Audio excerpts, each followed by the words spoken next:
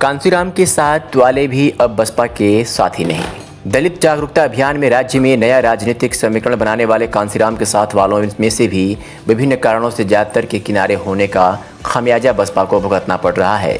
मसलन जिस अम्बेडकर नगर जिले को बसपा का गढ़ कहा जाता था, उसमें अब की पार्टी पूरी तरह से साफ है। कभी कांसीराम और मायावती के करीबी माने जाने वाले पार्टी के प्रदेश अध्यक्ष रहे रामाचल राजभर अब यहाँ से सपा के विधायक हैं। बसपा सरकार में मंत्री रहे लालजी वर्मा हो या राकेश पांडे, त्रिभुवन दत्त जैसे बसपा के पुराने नेता भी अब सपाई विधायक हैं। 5% दलित भी अब बसपा के साथ नहीं।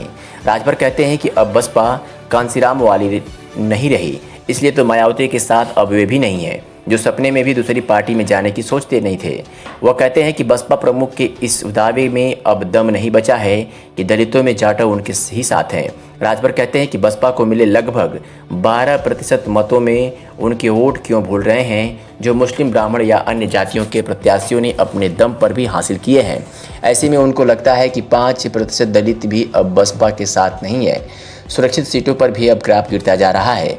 राज्य की 403 विधानसभा सीटों में से अनुसूचित जात जनजात के लिए आरक्षित 86 सीटों पर भी बसपा के बदतर होते प्रदर्शन से साफ है कि उसकी दलित वोटों की दीवार लगातार दरकती जा रही है। वर्ष 2007 में 62 सुरक्षित सीटों पर कब्जा जमाने वाली बसपा अब की एक भी ऐसी सीट पर जीत दर्ज नहीं करा सकी।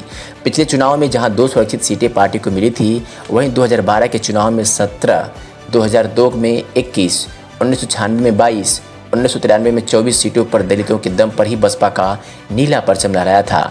अगर दलित बसपा के साथ अब भी रहते तो पार्टी दलितों की राजधानी कहे जाने वाले आगरा में तीसरे पायदान पर न सक जाती। एक दशक में ही उसके 1.25 लाख वोट न घट जाते। फिर दलित एजेंडे को धार देने में जुटी।